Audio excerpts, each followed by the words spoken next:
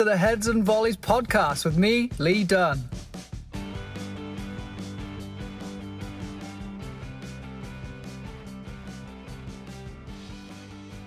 So I'm back from the convention, and if you didn't make it out there, I highly recommend that you go next year. It's always going to be next year. It's going to be in Los Angeles on the West Coast, so you actually get some sunshine instead of the freezing cold Baltimore weather. But what I have today is an interview with Dan Abrahams. He is a psychologist, and he just blew my mind. I went into a conversation with him on Thursday, and if you listen to the Thursday summary, I was just blown away and completely butchered what his presentation was all about. And so I was fortunate enough to interview him personally on Friday and really went over some of the things that he had brought to the presentation and the way that he delivered, and things that I could take away selfishly for my own environment. But I think that the majority of you listeners are also in a very similar position to me in working with youth and how you can really begin to get with them. And if you have listened to the preview that I put out with regards to the game face, that to me is really going to be something significant that I'm going to work on with my players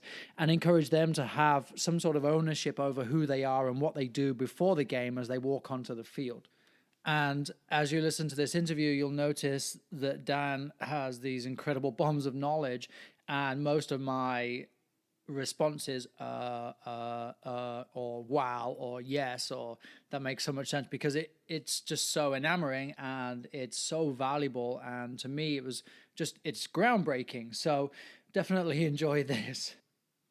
But before I get into that, I feel it's important to add this piece of audio and kind of go over the news of what happened with Kobe Bryant, and in particular relate this podcast coming out to his book, The Mamba Mentality, and everything he talks about I can relate to with Dan Abrahams' game face in terms of this mentality of not only playing the right way, but playing to excel and not to just succeed. So I highly recommend you read that book too. And it's such a shame, but this is something that I think my players are talking about. It's someone that has had a significant impact on them. And if you look at his legacy from the ESPYs in 2016, I think that he can smile and completely appreciate that we are all not only just blown away by who he was on the court, but what he's left for us to teach our players and to even take on our own way. So enjoy this conversation with Mr. Abrahams. I am super excited to share this with you.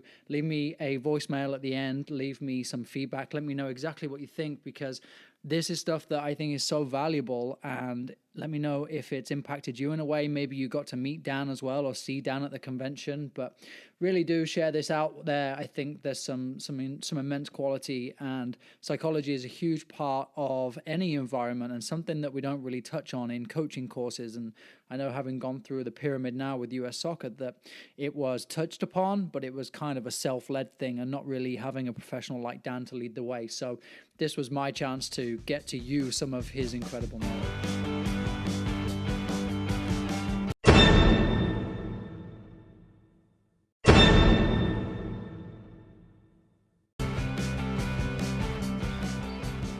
Right, I'm sat with Dan Abrahams. Dan, little introduction, who you are, what you do. Well, first of all, thanks so much for having me on your podcast, Lee. I'm really excited to be joining you. I'm Dan Abrahams, so I'm a sports psychologist. I'm a former professional golfer. Didn't make it in the playing arena of golf and coached the game. And as I was coaching, I was in love with sports psychology. Prior to that, I mean, when I played and I was reading books and stuff, but I think that love, that interest built as I started to coach the game. It became more pertinent. And then I really got to a point where I decided to go to university to do a first degree in psychology as I was coaching, and then a master's degree in sports psychology. And then I came to a crossroads. What shall I do? Shall I be a golf coach with sports psychology on the side, or in addition to, or building on my golf coaching? Or do I become a sports psychologist? And I really had an itch and urge to work in other sports, like football, like soccer. So I decided to pack in the golf coaching, and and go full-time as a sports psychologist. I had to go through a registration process, have supervision and stuff. And so that's what I've done for the last 15, 16 years. I've been a full-time registered sports psychologist, and that's what I do now. Loving life. Indeed, it's great. So I got a few questions. I'm just going to fire them off, and hopefully I'll initiate some sort of discussion, or if you think it's just nonsense, say no, absolutely not. But Right. the first one is that I just recently read a book about peak performance, and the idea of failing was a big takeaway. And they mentioned the idea of failure for players in a structured environment, in a safe environment that encourages them to grow and to develop from it. So my first real question is, how much failure is good for an average player, or even, I guess, from your experience with elite, but then also like a beginning player too? Yeah, I think it's a really, really good question. I think everybody's different, and I don't think you can necessarily draw a broad brush statement over this.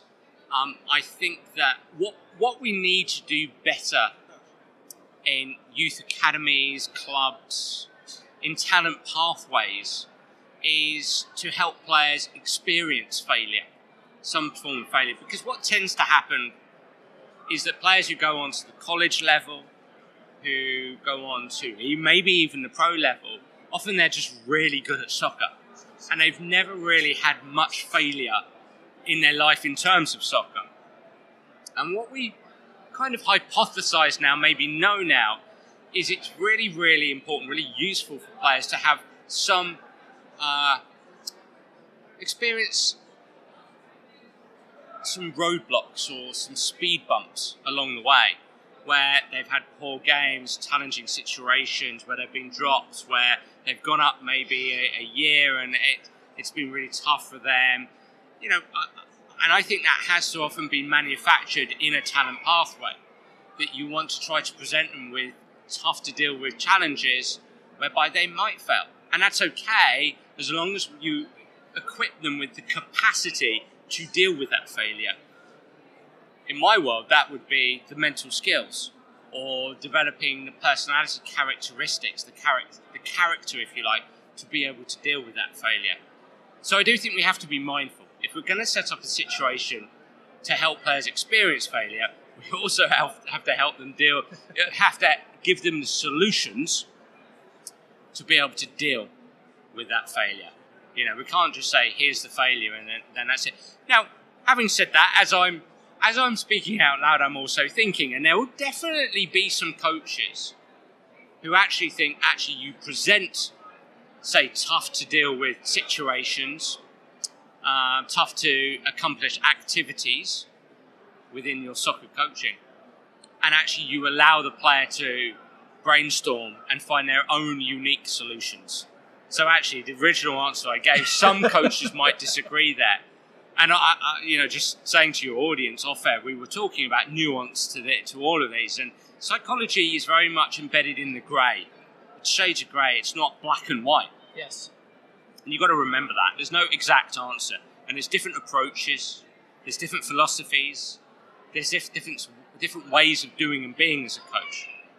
And I think that's what makes it so fascinating. So, look, absolutely, I think if players want to attain a certain level, it's useful for them to have experience dealing with failure and know how they deal with failure themselves. So then, is it worth, in your environment, I guess we talk about these meetings that coaches hold with players, of even just outlining your own style of coaching, that you can say to a player, it's fair for you to assume that there's going to be failure, that this isn't going to be a walk in the park, and at least set them up to understand what they're walking into? Absolutely. And I always say coaches have two dials. They have a stretch dial and they have a support dial. A stretch dial and a support dial. And you've got to play with those dials.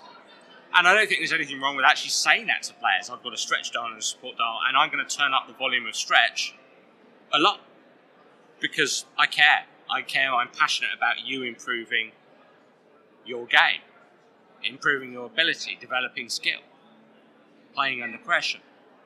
I guess what better motivation for a player than to be told that the coach believes in them, and that's why they are being challenged the way they are. Absolutely. And I think with that, you've also got to say, I'm also going to, in this environment, we're going to support you.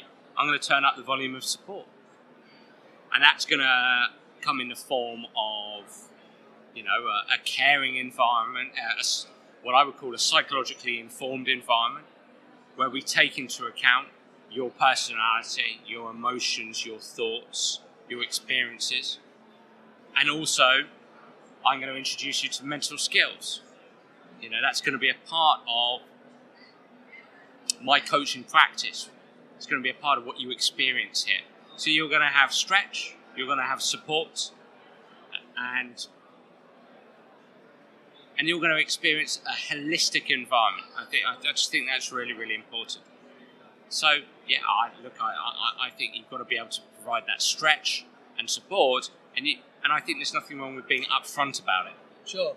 So then, a question that I really would love to know the answer, and it comes from people way away from us right now, but US soccer, I'm working, I actually have my A license assessment this Sunday. And so part of that course has been a lot of the coaching theory and then a lot of physical work too. So we're working on periodization, working on the work rates of players and time of the season. But what about the psychological component that a coach can learn, even like you talk about developing these mental skills that I can impart on my players because I have such an influence on them? A lot of the sessions I've been to this week have highlighted that you're spending more time with your players than they are spending with their teachers at school because they see them a couple times a week. Or they're seeing their parents infrequently also because they take them to school in the morning and they pick them up at night. And the hours just aren't long enough that they have together. So as somebody has a significant position of influence, do you think that's something that we should be learning, especially in coaching school? Maybe I'm biased because I'm a sports psychologist, but I'm passionate about coaches having a psychosocial plan. And I use that term psychosocial as in the psychological and the social sides of the game. Because I'm a big believer that the psychosocial drives the other components. The psychosocial drives the technical, the tactical, the physical, in my humble opinion. And those subsequently drive participation, progression, and performance. Those 3 Ps that, as a coach, all coaches are invested in, essentially. Yes. And so I think it's so important for coaches to have a psychosocial plan. You mentioned periodization, whether that's a physical periodization, a tactical periodization, a mix of the two. And I think we're so socialized into those kind of things because they're correct, it's right, it's great, it's fantastic, and I get that. But we're not socialized into having a psychosocial plan. What is your psychosocial plan for yourself, for your players, for your coaching staff? What is your psychosocial plan? And that, for me, is so, so important. And that can be for your self-skills, for your coaching practice, for your environment. It could be for individuals. It could be for, how do you motivate players? How do you help players motivate themselves? How do you help players learn? What mental skills are you going to introduce to help them be better performers? It could be what I call the 3 ships from a group perspective: teamship, leadership, relationship. So what is your psychosocial plan? I think that's really important. I don't think enough coaches pay attention to that. And I do think sometimes, if I may say, and I think coaching courses these days are brilliant, but I think sometimes we hide away the psych side into a corner, if you like, and the social side into a corner. You've got the psychological corner and the social corner and the technical, tactical corner and the physical corner. And people sort of start to refer to psychology as, I've got to have the psychology corner here. And it's like, whoa, stop. Psychology is omnipresent. Psychology is always happening. It's there all the time. It's there as you sit down and write your activities. It's there as you arrive in the building. It's there as you walk out onto the pitch. It's there when you greet players. It's there in your interactions. It's there in body language. It's there in your facial features. It's there in your interactions with parents if you're working at that level. It's there all the time. Your players carry your sessions with them as they go home. in their mind, in their nervous system, through their body. It's permanently there. So bear that in mind. Psychology, psychosocial is omnipresent. You need a psychosocial plan, in my opinion. Now, one thing I really want to say to finish off this answer is that I fully appreciate and I'm sensitive to the fact that the vast majority of coaches are volunteer coaches. They're busy people. They're not professional coaches. They have their own jobs. They have a family. But what I would potentially ask of coaches is spend 10 minutes a week developing your psychosocial plan. Worst way, 10 minutes a week, reading a book and starting to formulate what your psychosocial plan is, what your psychosocial framework is. I think that's so important, and it could be as 10 minutes a week, and that's fine, that's cool, that's okay, because your life is busy, because you've got a job, because you've got a family, and that's all potentially you can afford, and that's cool. So please don't misunderstand me. I'm not bullying or being overly demanding of coaches. I'm sensitive to that fact. Incredible. Yeah.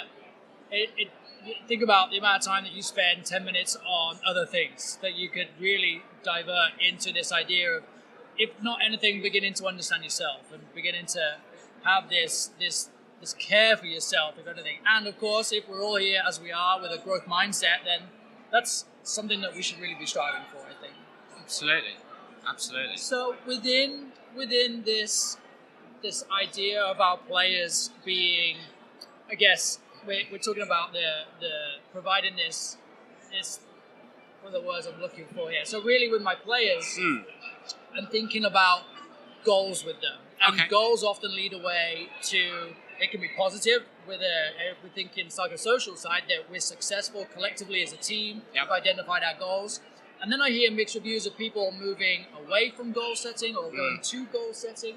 So what about identifying smaller goals within that? And I think that's the kind of common sense idea that we have a big goal that we kind of work towards incrementally. But really, if I'm encouraging players to set goals, do I do that with them or do I have them do that alone? And then what do I do with that information? Because I can collect a lot of information in terms of what are your goals, where do you want to go? You've got a 5-year plan, a 10-year plan, a 1-year plan, a 6-month plan, and then facilitating that along the way in terms of setting the player up for success. A very loaded question. I think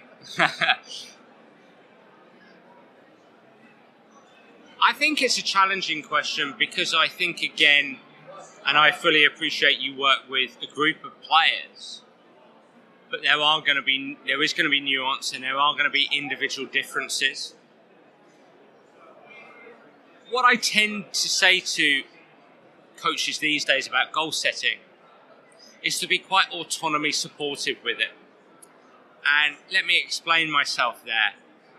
For me, the most powerful form of goal setting is to sit down with a player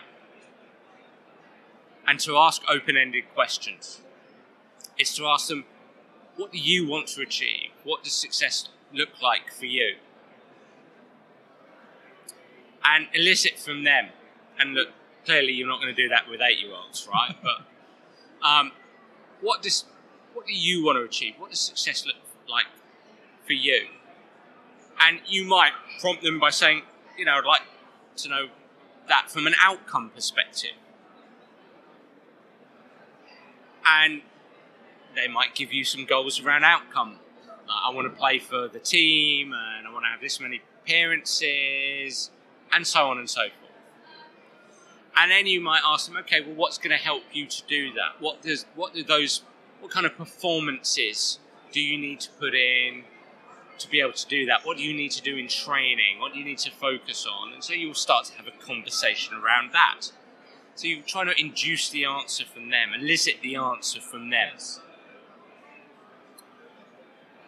And then I think you get down to the nitty-gritty, which is,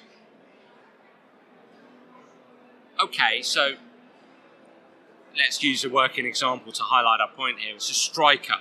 And a striker says, well, I want to score 15 goals this season. And you ask them, okay, what have you got to do to be able to do that? And they might think about it and they'll say, well, I've got to get, I've got to get quicker because I've got to get in behind the defenders and I've got to get my shots away, so I've got to be braver there, and I've got to work on my movement. I've got to make sure I keep looking for space and things like that, and all those kind of things. Okay, and then you might ask them, okay, well, how can I help you do that? What are we going to work on together? How am I going to help you do that? What do you need me to emphasize? What do you need me to reinforce? And really that question is around that old word, the process.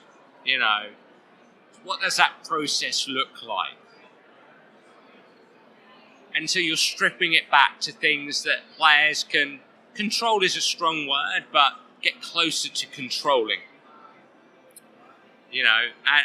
And so I think it's breaking it down from outcome to performance to process, but getting the player to drive that through open-ended questions. And of course, along that conversational journey, you can offer suggestions. You don't simply follow the player. You can offer suggestions, you can offer advice, and maybe at times you might want to be a little bit stronger. You might say, well, this is what I've noticed about your game. I hear what you're saying, but I also think this thing here could help you a little bit more. I've noticed this about you in training. I'd really like it if we could work on this thing. So you're offering suggestions. You're offering solutions as well. So it becomes a co-creation. But I think, first of all, you've got to be player-led. You've got to let the player drive that. I think that's really, really important, because then you as a coach are starting to understand the world through their eyes and the world in their boots or their sneakers, if you like. Cleats, as we like to call it. Cleats, sorry, that was the word. I'm an Englishman, we don't use that word. Sorry, what are those? Yeah. So then the two big takeaways I took there were, number one, it's player-led and it's the process. And that the question that's so powerful is, how can I help you? Because I think maybe many coaches don't have an experience of getting to a professional level or achieving the greatness in the sport that they're perhaps coaching in, because maybe they coach their kid, maybe they love it like I do, and I never had the opportunity to go that high.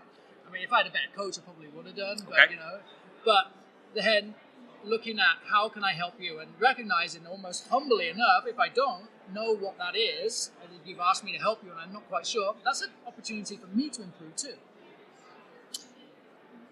I love it, 100%. And it's understanding that coaching isn't necessarily about, I've got all this knowledge in my head and I'm going to pass it over to you, because you don't live in that person's nervous system. And there's no doubt that there are certain behaviours, principles of play in soccer, behaviours that are probably true that you want to impart on your players. A piece of wisdom here, a piece of wisdom there that you'd like to, again, impart. But I do think your entrance point is to help your players, your people, express their narrative. You've got to give them an opportunity to tell their story, to inform you about what they believe and feel and see and think. Because too often we're quick to pounce and go, well, this is what you need. I can fix it. Yeah, there's a lot of that. And this is how we're going to do it. And you know what? A lot of the time that might work and that's fine. But sometimes it doesn't work. And maybe I might shift that around and say sometimes it does work and a lot of the time it doesn't work. And what I would say to coaches who are listening and skeptically is just try it. Just try and shift a little bit. Just try and have a conversation whereby you're getting the player to drive that narrative, to tell you what they think that they need. And I guess if I relate that to being on the field with players, it's created an environment where they are going back to the failure and they're going and they're trying, and you're allowing them to experience it. You're allowing them to try and figure out a solution. And the same thing here in terms of you lead the player and you just prompt them and asking questions, and it's that flip from this coach center to a player center. I believe so. It's asking questions on the pitch, and I think again we have this real fix-it mentality, and I think a big part of a useful question you can ask if a player is making certain decisions on the pitch and engaging in certain behaviours, actually just asking rather than fixing straight away, it's asking the question, the open question or the divergent question, as we might say. What did you see there that made you make that decision? What did you see? What did you see there that led you to make that decision? Was there anything else that you could have looked at or you could have considered that would have prompted you to make a different decision? And so what you're that's working on so many different levels in terms of you're getting players to recognise that there are other things on the pitch that they could have scanned and looked for and searched for and looked for to be able to make alternative decisions. I just think that's such an important thing. It's almost difficult for coaches too, and I definitely find myself in a similar position where you feel like as a coach you've got to be talking, you've got to be engaging, you've got to be doing something, otherwise you seem to be doing nothing. But there's so much power in being in that shadow almost and allowing the players to go through the motion of it.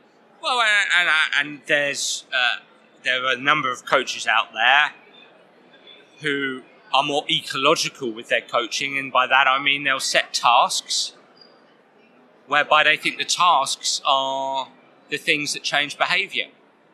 So the task being the rules, being the type of game, being the shape of the pitch, the design, the instructions for the players. Those things, and when I say instructions, I mean the game design and the game instruction. And they just let the task drive behaviour change, and then they're just there to ask questions. What did you experience there? What made you make that decision? What did you see? Were there other options? They might set problems within the game that means that players have to problem solve to be able to unlock clues as to the kind of behaviours the coach wants them to engage in. So that's a very different way of coaching, but it's a very impactful and effective way. And what that's doing is it's empowering the player to come up with their own solutions. Because there's a lot of coaches out there who say, that's the key. I can't tell a player what to do. I want to set up an environment, a bunch of tasks that enable the player to find their own unique behavioural solutions. Yesterday was insisting leads to resisting. For a lot of players, they can lead that way. Yeah, I said, didn't I? I said insistence can lead to resistance. And that's where we tend to go with that as coaches, is we go, oh, well, he or she isn't coachable. He or she isn't coachable. They're not coachable. And yet, some of the champions in all sports, or many of the champions in all sports, aren't particularly coachable. They're very disagreeable characters. They're demanding. They like the way they see the world. Yes. And to be a great coach of great players, to be a great coach of great players is to be a great coach of difficult players. And you've got to be great at your open-ending questions. You've got to be patient. You've got to be accepting of who you've got in front of you. You might not be able to coach Roy Keane in terms of telling him what to do if we were to pick out a particular player from the past, but you might be able to ask questions. You might be able to utilise him to set up tasks and then have a great coaching conversation with him. What did you see there? Why did you set up that task? Why would you do that? The why, I think, is such a powerful question. Because it elicits that information. Yeah. Yeah. So I want to go and touch on something you mentioned last night about the game face. You started your talk with the repetition of this, and I want to also go into the 10 out of 10 HPM. I'm just fascinated by it. So the idea of having a game face, how do we explain what it is really, and then, because I think I did a bad job of explaining last night in my wrap-up of the day, so I'd love to have an official explanation, and then one that how we begin to do that with any player that we work with or any individual that we surround ourselves with. So a game face is both a linguistic and a visual representation of who you want to be on the pitch.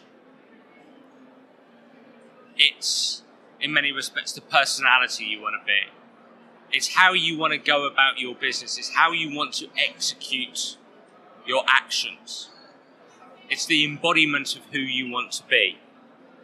It's built from your memory and your imagination and your perception. Your memory is in, tell me about you at your best. Your imagination as in, tell me about you in your dream game. Your perception as in, tell me about who you want to be.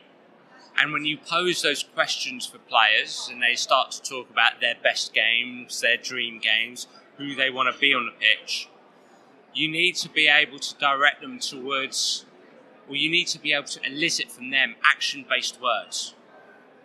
When you're at your best, what does that look like? Is it sharp? Is it alert? Is it alive? Is it lively? Is it relentless? Is it dominant? Is it demanding? Is it cool? Is it calm? Is it relaxed? Is it confident? Is it tall? Is it upbeat? What does it look like? What does it feel like? If I've got a camera on you, what is the camera seeing? And so you want them to pick a couple of action-based words, like say let's say dominant and relentless, and then you want them to be able to complete this picture metaphor. We could stop there at dominant and relentless, but it's useful to ask them to relate that to a model player or an animal. So if it's a striker, the striker might say dominant, relentless. That's Aguero for me. I really love Aguero. I love the way he goes about his business on the pitch. Dominant, relentless Aguero. Dominant, relentless Aguero. Or a player might really like the idea of relating that to an animal. So a lion, dominant, relentless lion. Dominant, relentless lion.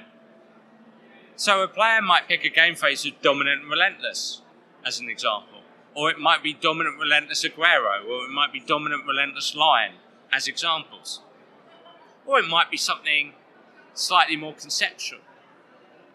Like it might relate to a great game they've had, and maybe a client of mine once said, well, I had my best game against Liverpool, and it became something like sharp, alert Liverpool. Come on, I want to see sharp, alert Liverpool. And so let's go back to, say, dominant, relentless lion. So the game face idea is my job on the pitch is to be dominant, relentless lion. Dominant, relentless lion. That's who I'm going to be. That's how I'm going to act. That's how I'm going to go about my business. Dominant, relentless lion. Dominant, relentless lion. Nothing and no one takes me away from dominant, relentless lion. I'm going to say it, do it, be it, act it. Say it, do it, be it, act it. I'm going to be that non-stop. If I'm losing a small personal battle, dominant, relentless lion. If we go a goal down, dominant, relentless lion. If I make a mistake, dominant, relentless lion. I'm going to be that non-stop. And that becomes their narrative going into a game. And I think that's vitally important. And you mentioned HPM, which is high performance mindset. A 10 out of 10 high performance mindset. That's what I'm demanding from my clients. Come on, let's have a 10 out of 10 high performance mindset. And one of the techniques that's utilized within that is a game face. That means being dominant, relentless lion, as an example. So that all leads you to that 10 out of 10 high performance mindset. That's a part of your routine. That's something that they're saying to themselves before they walk on the field, before they... is that incorporated in like a routine? I think about you put on your shoes, your cleats, your boots. Those are your tools for your work, if you like. That, to me, I imagine that being a part of a process that once you're in those shoes, that's adding to that dominant, relentless lion. Absolutely. It's embodied.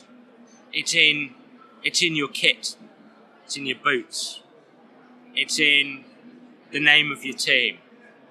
It's, in many respects, it's built into the name of the opposition.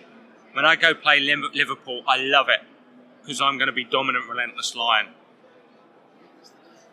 When I walk under that "This is Anfield" sign, I love it because what that sign means to me is I'm going to be dominant, relentless lion. I don't care that Liverpool are Liverpool. I don't care about that. I'm not interested in that. What I care about is when I step foot on the pitch at Anfield, I'm dominant, relentless lion. That's what Liverpool means to me. And that's the challenge of competitive play. At the moment, Liverpool play like Liverpool because everybody thinks of Liverpool as playing like Liverpool.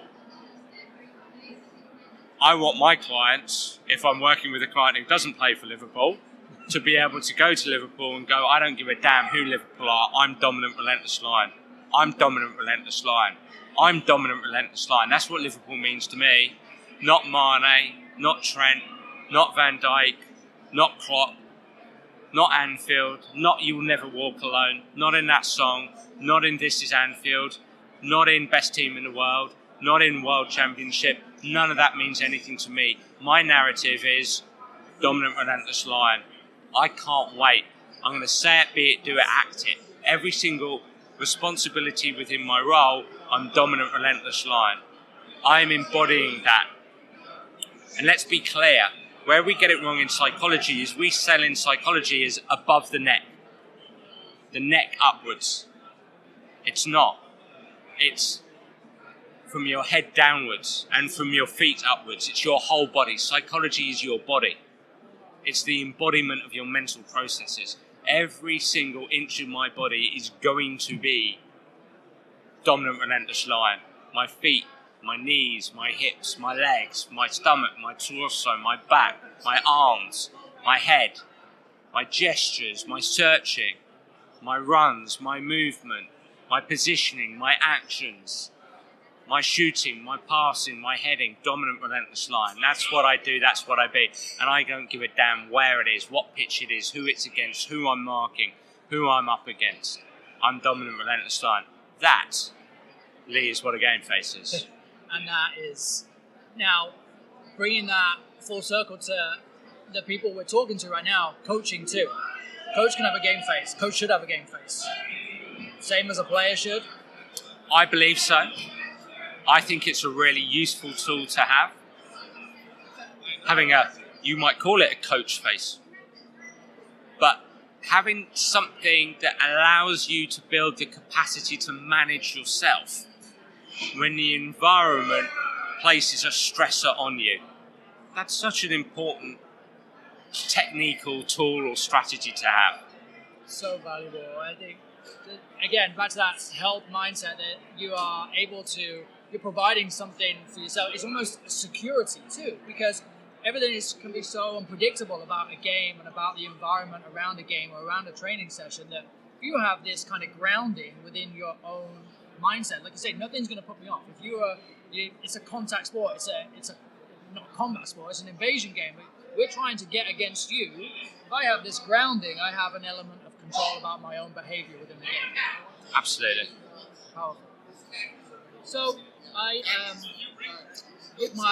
heard a quote actually yesterday that somebody put in their presentation of you, and it was that when you self-reflect, you are processing information on a deeper level of learning.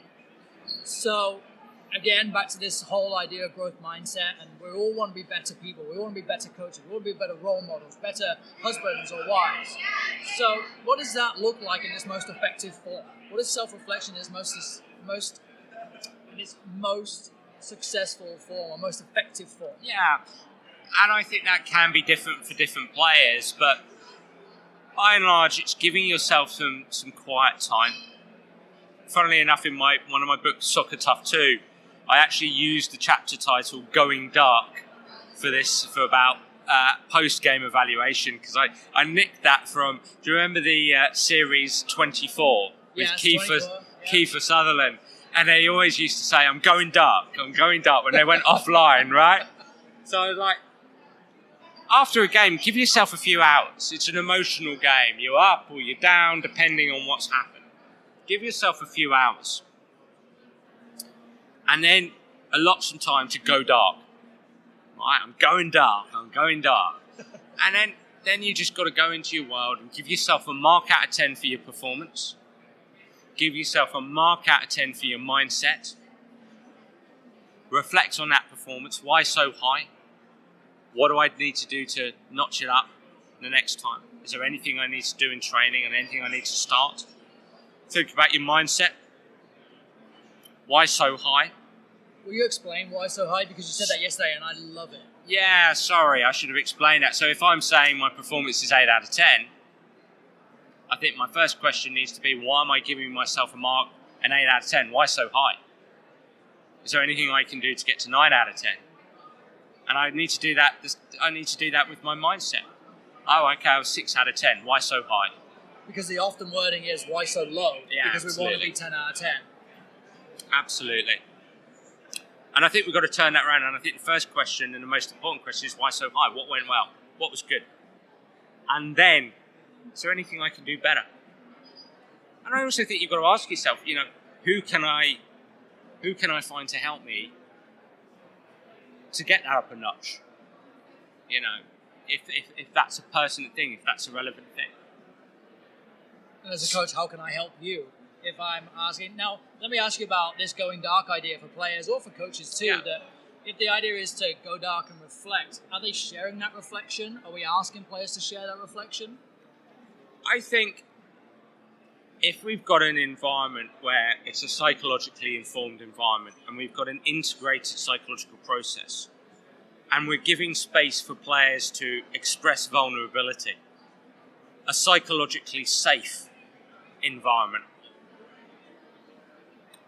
then I think we give players the opportunity to be honest and open. And I think that's crucial. And I don't think we do that well enough in soccer because soccer is a sport and we've been so socialised into sport being about being tough and being strong and being disciplined and all these kind of words. And actually, those words get in the way. They get in the way. They get in the way of consistent high performance. They get in the way of mental excellence, of being mentally skillful. So the ideal scenario in any coaching practice, in any team, is to offer that space for players to say, look, if you want to come to me and say, hey coach, I had a 5 out of 10 performance there, I know I did. Or, hey coach, you know what? And this is the tough one. I had a 4 out of 10 with my mindset, because that feels taboo in this industry. Then that's an outstanding coaching environment, in my opinion. That's an outstanding coaching practice. That's a 21st century coaching practice from what we know about human beings and how they function. And what we know about high performance, in my opinion. So I absolutely think a high performance environment, a psychologically informed environment, is one that allows sharing. And I think that's from player to coach and coach to player. And I actually also think the ideal scenario is from player to player. And maybe that at a very adult elite level, that's wishful thinking. But maybe one day we have a coaching culture that allows for that. Sure, yeah. Brilliant. I'm still fascinated by it, and even though it's touching on even just some of the stuff we talked about last night or we listened to last night, I guess my biggest takeaways are, like, how can I help you? Can I give you the tools or help you to find this game face, this ritual, this something that makes you feel comfortable? And I think if anyone can take that away, they can take that to their team, they can take that to their individual, they can take that to themselves. And I think that's really empowering. Yeah, absolutely. So you reference a lot in your talks about the Sports Psych Show, which is your podcast. Yep. I recommended everyone last night to listen to it. I listen to as many as I can, and I think the people that you get on there, and even your own insight within it too, is like this podcast on steroids. So everybody should be listening to that. So. Well, that's very kind of you to say. I mean, I think if the Sports Psych Show is good, it's because I've got great guests. It's very much, it embodies that idea of standing on the shoulder of giants. You know, I get the opportunity to speak to brilliant people, brilliant sports psychs and coaches and sports scientists and stuff, and we talk about sports psychology, and they're great. And it's great to talk to people who are much more intelligent than you, and as in me, not you, Lee, if I may say. Okay, it's just me.